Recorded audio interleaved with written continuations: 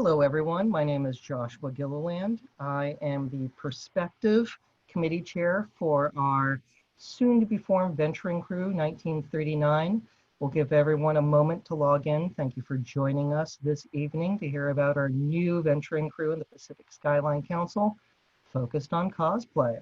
Yay. So we do have people logging in, and we want everyone to have a moment to be able to get into the Zoom call. So this is just a moment of, it looks like 9 attendees. It's very nice, very nice. And climbing, so wonderful. So again, my name is Joshua Gilliland. I'm the Western Region VP for the Young Adult Programs, and this idea was developed in conjunction with Liz Finley. And we thought, like, let's start a venturing crew based upon cosplay. And my council, Pacific Skyline, was more than eager to give this a try. I want to turn things over to our Perspective Crew Advisor, who will introduce the other advisors that we have and get everything started. So Caitlin, please introduce yourself. Hi, my name is Caitlin Kagawa. I am the Perspective Crew Advisor, and we have Kit Peterson and Michael Larson, our Perspective other advisors. Associate advisor. Associate, I'm like, there's a word for that. And we'll go over a little bit about us in the next slide. So Michael, take it away. Sure. Okay. Well, hello, everybody. My name is Michael Larson. I've been a longtime scout leader in Pacific Skyline Council and also with Order of the Arrows, Ohlone Lodge for a number of years. This is a new opportunity and adventure for me, mainly because I've been focused as a performer, musical performer, as well as a historical reenactor, and additionally as a cosplay character. You can see me all the way on the left as a fur trapper in the 1840s, and all the way on the right as Robert E.O. Speedwagon from JoJo's Bizarre Adventure. So I cover a broad range. Again, I am more keen to be part of and have much more experience with the historical reenactment side. I cover periods ranging from Elizabethan, Golden Age of Piracy, Victorian era, and basically anything in between. If you have an interest in doing stuff related to performance and being able to musically perform, I can give you some good background and opportunities for that as well. One that's not listed here picture-wise, just because of lack of room, I also play Middle Eastern musical instruments with a Gawazi belly dance group that is based out of Fresno. And so because of the shutdown, we haven't been able to do a number of the performances that we had scheduled, but we are so hopeful that come later in summer and fall, we will be able to get back out there and perform for you. So looking forward to doing that. And in the meantime, looking forward to seeing this group come together and do some cool stuff. All right, Kit. Hi, everybody. I'm Kit Peterson. I am a costume designer for theater and film. I have been in the entertainment industry my entire life. I actually started at age 3 as an actress, and I switched over to costume design in college. And since then, I moved out to LA, and I've worked for major companies such as Disney, Warner Brothers, Universal Studios. I continued my work in the theater. I've worked at Boulder Dinner Theater in Colorado. I've worked for LA Opera. I've worked for LA Shakespeare. I've worked for the Wallace Annenberg and the Geffen as well. So I try to keep my life half and half. I am a big nerd.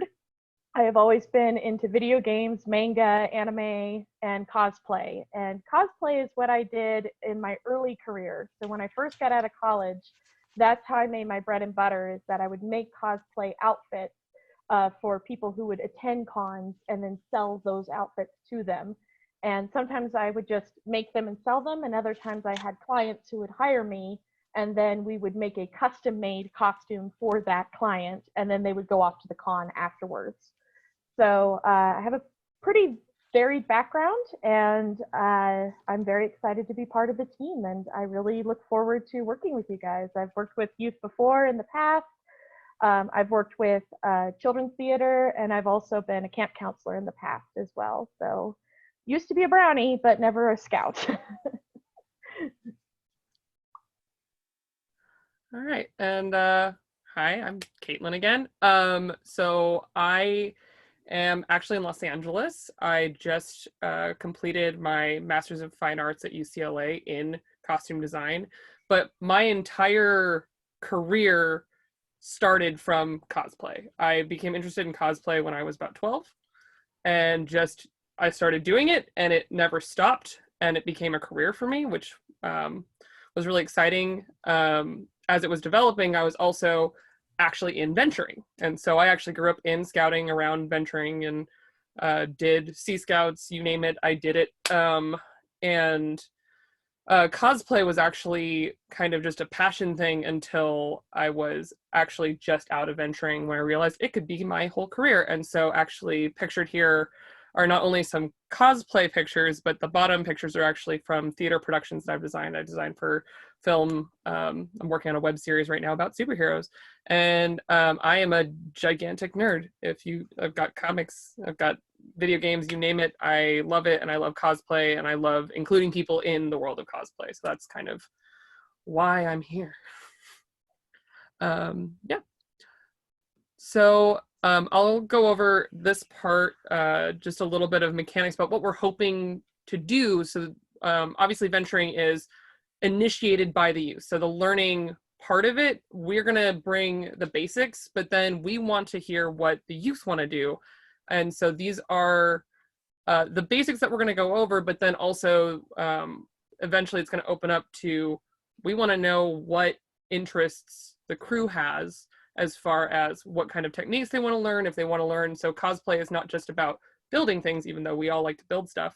It's also about buying things really well. It's about knowing who to commission, like Kit used to do. It's about knowing where your resources are. And so we want to hear about what the crew wants to do to form the whole thought, but here is the basics of what we're gonna do, which is how to put together a costume, basic sewing skills, so that you can repair a costume. You might be able to hem a pair of pants, even if you're not sewing something from scratch. A lot of costuming and cosplay and reenactment is about historical research and understanding the cultures that you're representing, understanding your own culture. And so we're going to be talking about cultural representation, and not just ethnicities or that kind of thing, but also microcultures and how they're represented. So like geek culture.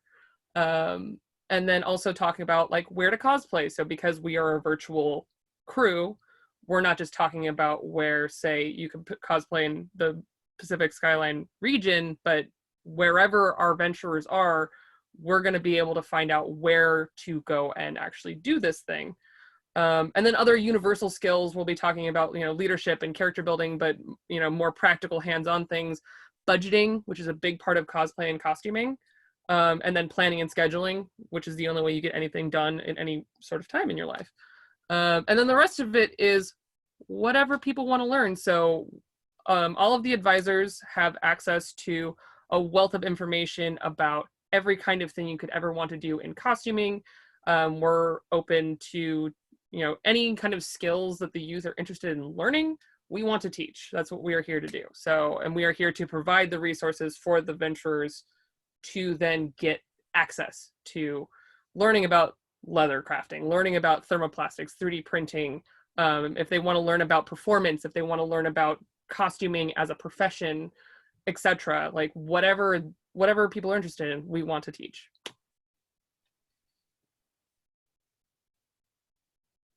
So here's just kind of a breakdown. If Kit or Michael want to just take on a little bit of this, otherwise I'm ready to go. Sure, no problem. So again, one of the things that is a little different about the way that we are running this crew versus the way that many crews would be normally run is that this crew is going to be distance run entirely. That's the whole point. We are trying to do this as an experiment to include as many people as possible. And as you'll note, Caitlin is down in Los Angeles. So it's not like she would be coming up to visit with us for an occasional meeting, sure. But The idea is that we want to encourage people from other councils, other areas, and other regions to participate in this group with us. So it's not a matter of, oh, I'm sorry, I live in Southern California, I can't be part of this. Nope. Or I live in Colorado, I can't be part of this. Again, nope, you absolutely can be. And that's what we want to encourage.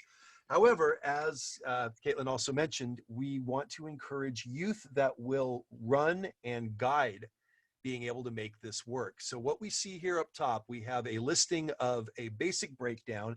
And these are the ways that I would normally go through and try to describe what we would want to do for people and say, hey, here's how you progress through, how you get involved, how you would start with what you're doing.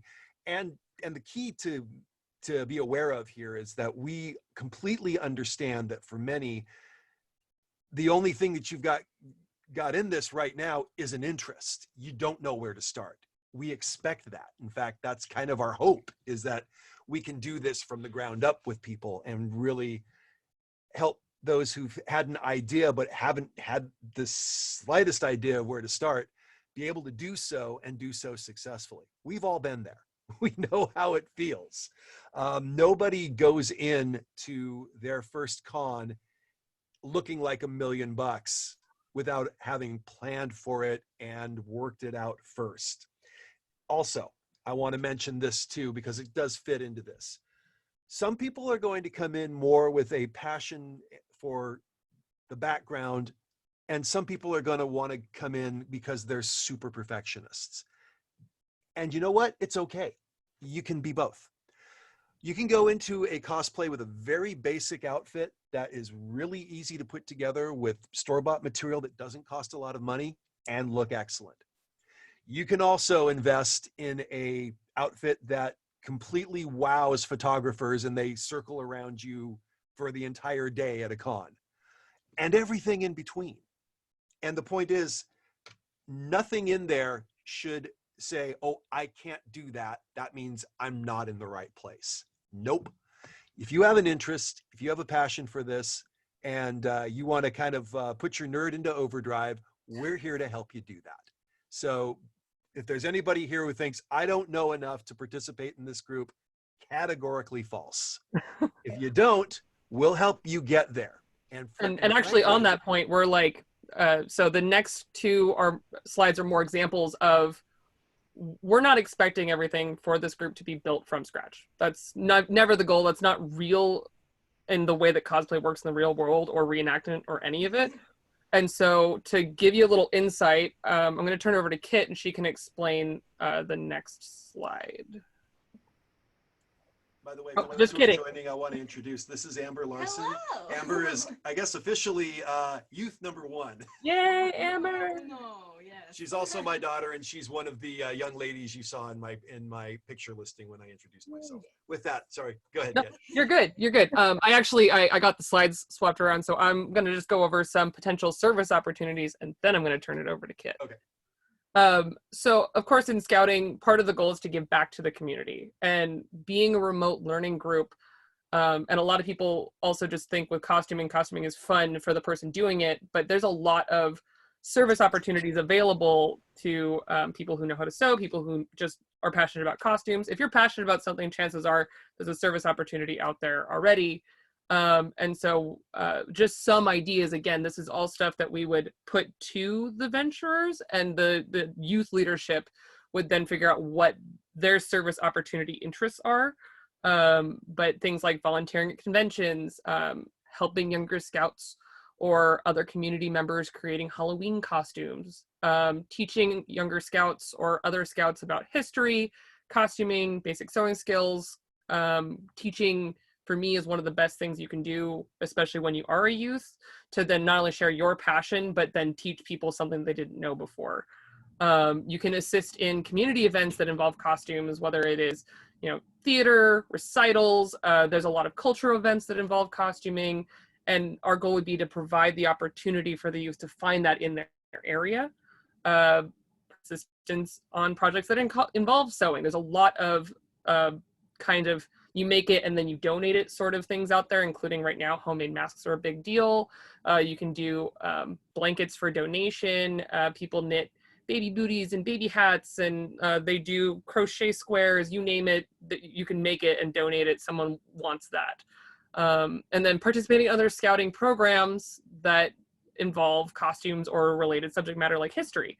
There's, again, a lot out there where libraries are doing history, libraries are doing nerd events for youth, and being able to then integrate what we're doing with the crew in the community at large and giving back in that way is kind of the goal.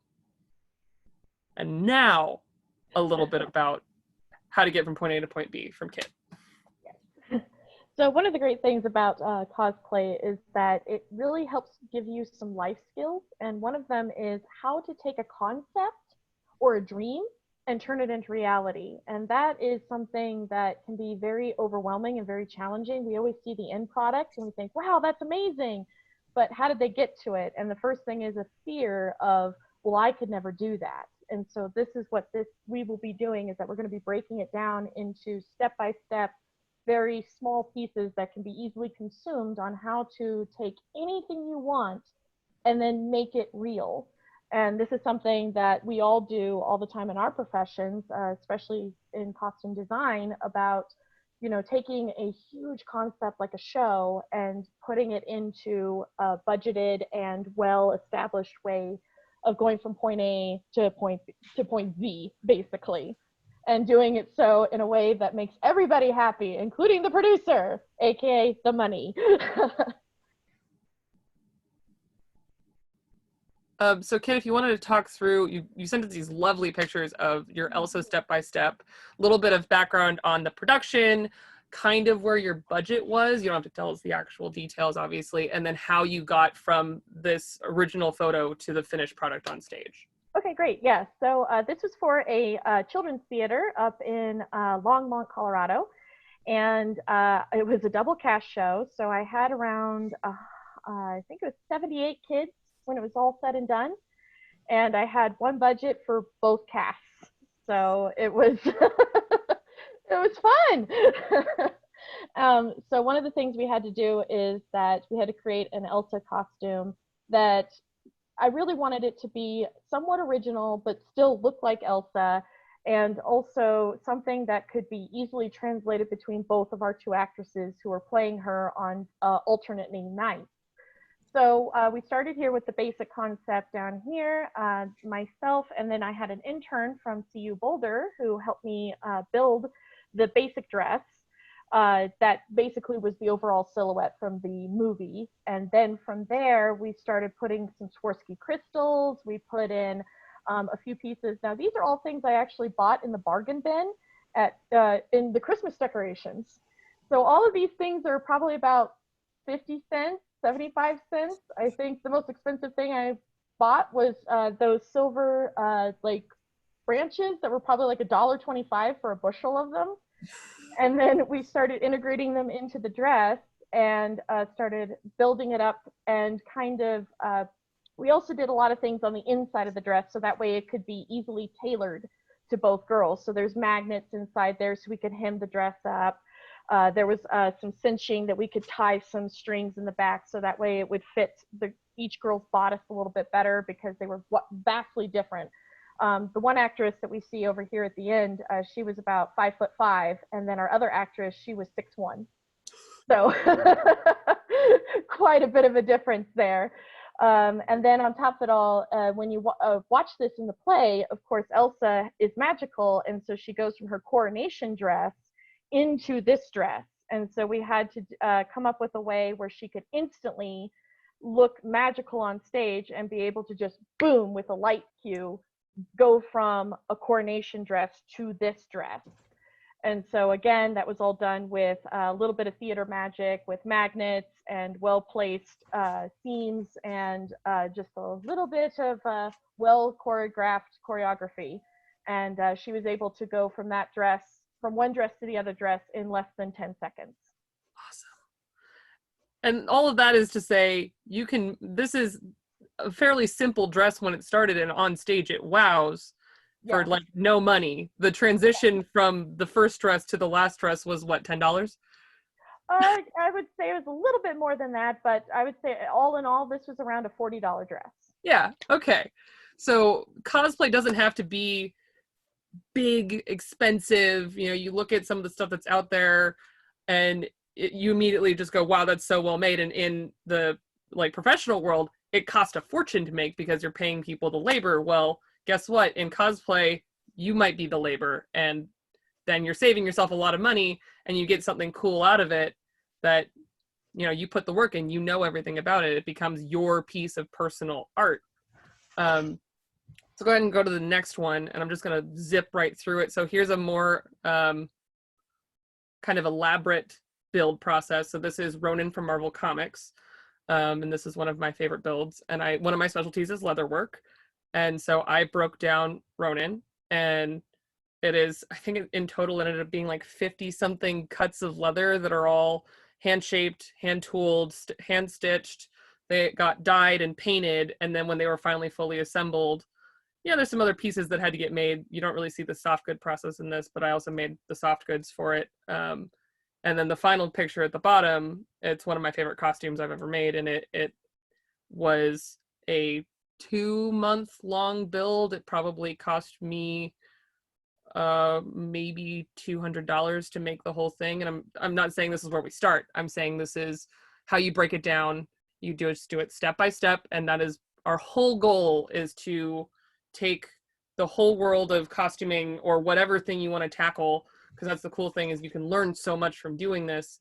You just break it down step by step, figure out, you know, your budget or whatever it's going to take for you to get there, and break it down piece by piece, and so you can do it day by day. And today I'm cutting leather, and tomorrow I'm molding the leather, the next day I'm tooling the leather, and so then you start to learn to break stuff down and work through a big project. So go ahead, and we're going to move on over. So since the crew is perspective and going to be virtual, we do want to find the right day to meet. And we are recording this, so this answer might change, but just putting up a poll right now of those who are interested in helping, because I know we have lots of parents who are on the call tonight. Like, if we picked a meeting day, what would be the best day for you for a crew meeting?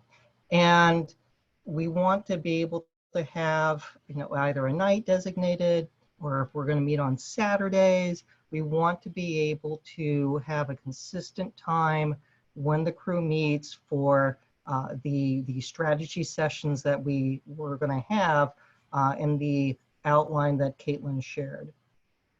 And we just have a couple coming in so far, and it looks like we're going to have a nice split across the board of basically, it's, well, we got 3 nights looking that are being evaluated right now. We'll probably need to have more interested youth in order to make a final decision. But we do have some different options for availability, and with those who have voted over the last minute, and I'll just hit end and just highlight the you know, the largest number of respondents was for Tuesday evenings, but we can determine that based upon the youth that we get. So again, this is the beginning. Nothing's written in stone, and we need to get youth and figure out the best night for their schedules, also with summer coming out. So which then brings us to the next issue of, like, why did we pick the number 1939? Well, that's when cosplay technically began. So there was Worldcon 1, which was the first science fiction convention that was held in 1939. And at that convention, Forrest Ackerman attended with his then girlfriend, Myrtle Douglas. She made costumes for both of them. They were the only 2 people in costume. They invented the phrase cosplay. At the next event, they found that a ton of people dressed up for it. So to honor the first cosplayers, we decided let's have the number be 1939 because that's when it began. So, and the picture that you see here is them at Worldcon. And you can see the costumes that Myrtle made for Forrest and she. And Forey Ackerman would go on to found Famous Monsters of Filmland. And he was a true nerd who came up with phrases like sci-fi. So yes, he is one of the first true nerds, true geeks, and this is our way of paying a little tribute to them. So with that, we do want to be cost sensitive because we do have membership fees. We probably most likely will not have a our own membership fee for the unit because we think we can get around that with virtual meetings. We'll use like Cafe Press or Zazzle to come up with the crew t-shirts so those can be ordered directly by the youth. So that way we don't have to have inventory and stock and all that good stuff. And we will set the initial budget. Our first discussions were at around $60 because that way the youth can make something meaningful and not have an event or a cost that could break the piggy bank, because a lot of parents aren't working right now, and not everyone, you know, has disposable income with what's going on. So we want to be sensitive to that. And Caitlin, looks like you have something you want to share. And that's just that $60 is not like, we're not talking about something that's going to get finished in like a minute. This is for the first costume. We are expecting it to take a while because we want to go through every step, and the process, as you saw in that breakout, is not short. That was 25 weeks of program, and that's not even expecting anything to be done. Yeah. The other thing I wanted to add, am I coming through? Yeah. Sure. Okay, good. Just want to make sure. So the other thing I want to add to this too, and this is very important for anybody that's participating here, there is a long standing tradition in any type of craft environment. You have two real options. I mean, there's more, but it really does come down to a fine XY axis. And that is you can trade money for time. Plain and simple. That is the honest truth. Yep. I have a similar story to Caitlin's build. I have a Renaissance outfit, complete Renaissance outfit that looks straight out of Rosencrantz and Guildenstern Are Dead. It's leather. Same deal. I was fortunate in that I was gifted scraps of leather, large chunks of leather scrap that were gifted to me from an upholstery dealer. And I basically took those, and over the course of 2.5 months, put together the outfit that I wore to the NorCal Pirate Festival in 2015. And so on one end, I could say, I started going, I don't understand. How could anybody spend $2,500 on a leather outfit? Even if it was leather, that seems an awful lot. After I got finished with that build, I don't ask these questions anymore. Yeah. Like, I can completely understand how somebody spends $2,500 on an outfit. However, that outfit cost me almost nothing monetarily. It cost me a lot in my physical time, attention, and sanity. Yes. But that's the thing that we want to encourage here, is the sense that by building skills, by learning how to do things, like you don't necessarily, you might think, I don't own a sewing machine. That's not a deal breaker at all. You can actually do a lot without a sewing machine. If you have one, you might be able to do some stuff faster, but there's finesse you got to learn with the sewing machine too. And if you're not careful, you can undo a whole lot faster than what you can do by hand. So you'll learn where that makes sense. There are techniques that if you're constructing leather, a sewing machine won't help you. You have to actually use a hole punch and lacing to hold things together. Yep. You know, there are also, you know, some of you might say, could we use a 3D printer for some stuff? And the answer is yes. Yes, absolutely. I know? own one. I will happily pass that knowledge along. So that's another piece of the puzzle that you might find interesting, is getting into that level. There's a lot of tech. There's a lot of, there is a whole library of details that that we have and that we would be happy to share with the group, and we expect to share with the group. Everything from getting dressed guides to actual technical details about taking foam rubber and making armor out of it. Yep. Well, and also how to take a photo. And I don't just mean as a photographer, how to be in a photo, how to, you know, interact with other cosplayers. Certain conventions have cultural things that maybe you don't expect. Like I go to a convention where ribbon trading that goes on the badge is a thing. It might be buttons. It might, I mean, at Ren Fair, I know it's pins. It varies. And so we're here to talk about the bigger culture and how to participate in it. Yeah, that is actually a good point there, because by the fact that I perform with Renaissance groups and with you know, medieval groups, and also later, I actually perform with a group that does have an ethnic component to it. Now you can take a good look at me. I am not Arab, I am not Turkish, but I am a Turkish musician and I perform as such. And so I have worked to develop an understanding of that and what, you know, what things I need to be sensitive to and not, which is part of the reason why I didn't include those pictures with my bio. Not because I, you know, don't want to talk about them, I absolutely do, but that's a little bit more of an advanced topic. If you're going to go in and you're going to represent a culture, you need to know it. And you need to be aware of what the hot button issues are of that culture, so you don't stumble into a dangerous place. And we want to talk about the cultures, gender, all of the bigger things at play, because when you get into cosplay and you start becoming other people, because that's the point, we want to have those conversations as a crew. We want to be facilitating those conversations between the youth and how they then engage with their community, whether that's the cosplay community, the internet community, because it changes the way that you see both who you are as a participant in a cosplay setting, but also how you participate with your fandom, with your friends.